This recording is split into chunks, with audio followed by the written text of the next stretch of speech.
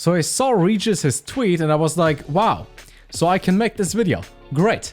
Hi, how you doing? My name is Solem and today we look at a Twitter AMA made yesterday, like 5, 6, 10 hours ago, by Dean Ixa Ayala. He works in the Hearthstone team. He did the same thing about like a week or two ago. And after reading through this entire thread, which took way too long, I handpicked the most interesting ones, the best questions, the best answers, so I can compile them and make a list and share my thoughts about all the answers we got today in that AMA. Before we start looking at all those tweets, keep one thing in mind. Even if you dislike the answer, you will get to some of those questions, which, if you like Wild, you will dislike most of the answers regarding Wild, but yeah, happens.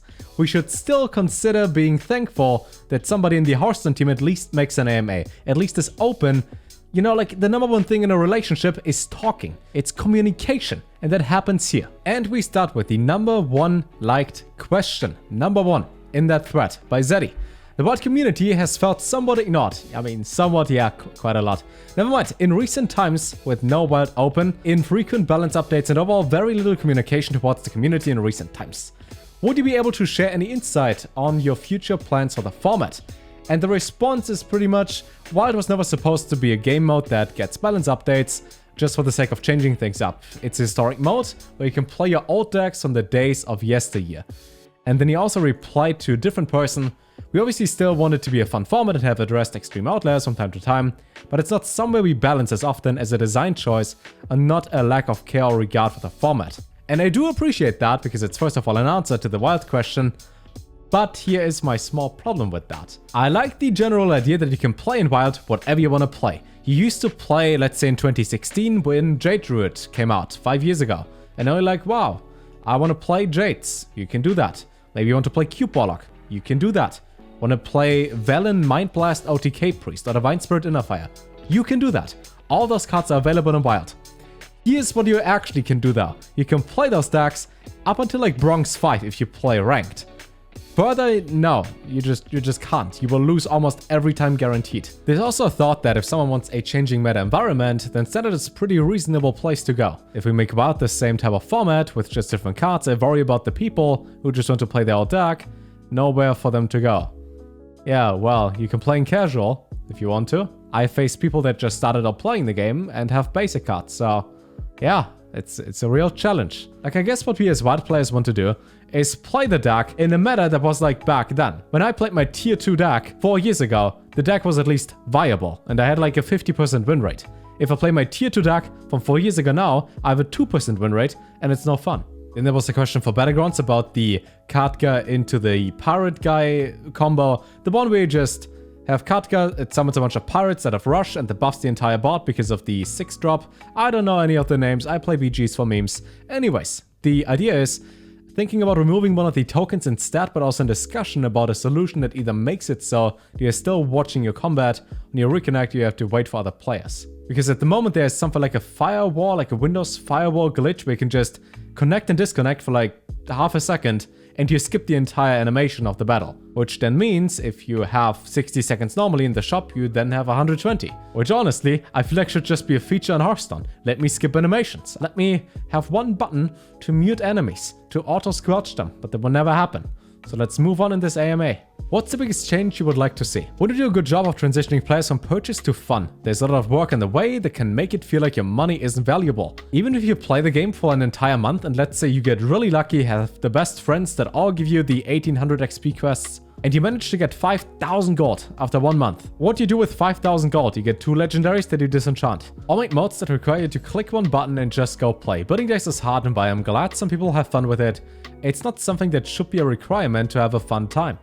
That's a good point. That is a really good point.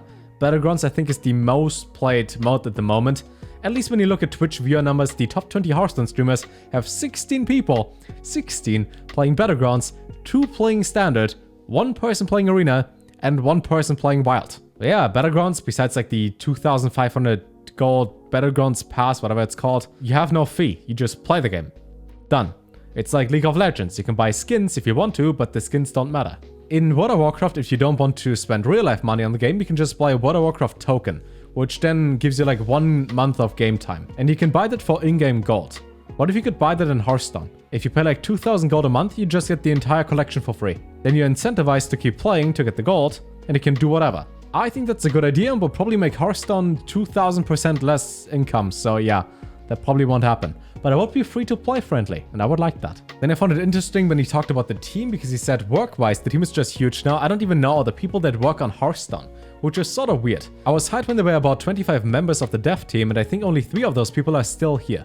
Team is 100 people now. If there are only 3 people remaining in that team, and he is one of them, and that means that pretty much everybody that used to work on the game, everybody that made the game what it is gone. And it's not just Ben Broad. Do you think we will see older cards updated to better suit the current Hearthstone environment, like Lord Jaraxxus? And the answer is, I think we will do that, which I thought was interesting. So if this actually happens, maybe Lord Jaraxxus gives you 7 armor, and then you get the hero power. But I also think when they mentioned that they're going to overhaul the entire Classic and Basic set in April this year, they will probably do that while doing that as well. Will you ever implement inclined statistics like the ones Chinese players have? Also, what about the tournament mode? And the idea is that they're going to implement those statistics that they look similar to the ones that we have on Battlegrounds. So we have like 8 or 10 statistics in our profile, just so it makes sense for Hearthstone and it's not cluttered.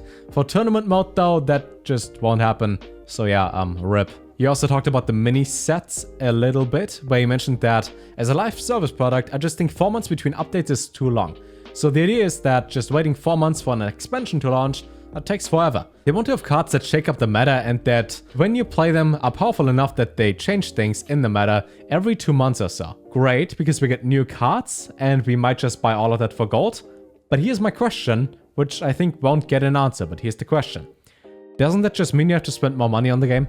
Like, imagine we would not have a mini set right now. Then you would just have plus 2000 gold for the next expansion. So you're kind of missing 20 packs for whatever is the next expansion. But maybe they have an answer for that as well.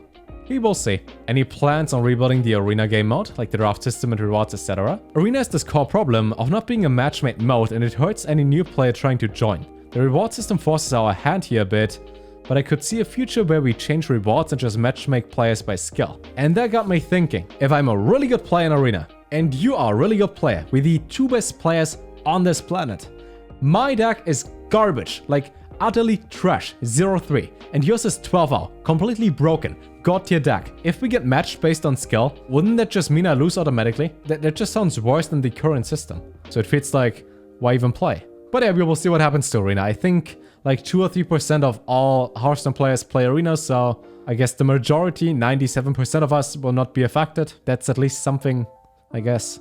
Then he talked about cards that people dislike a lot, like Ellucia or Ticketers. And the idea is that some players play the game to do some nasty combos, some annoying things. And for that player base, they have Ellucia and Ticketers. And if only those cards become too strong, too powerful, they would look into nerfing them. And lastly, a question about patch notes. In League of Legends, for example, we have a bunch of patch notes every couple of weeks or months. Really detailed, and we can see everything in there. And the response is we are already in the camp of making more changes more often, even sometimes just for the sake of changing things. Every week though, that's a lot. Even the idea of sim shipping on mobile and PC every week makes my eyes go white. Considering that we have to download the update and they have to update the app again and again, frequent changes and patch notes every single week might be a little bit too much. So for that, we probably won't get many updates anytime soon. The link is down below to the thread if you would like to take a look at it for yourself. On that being said, let me know what you think about some of those answers, and take care.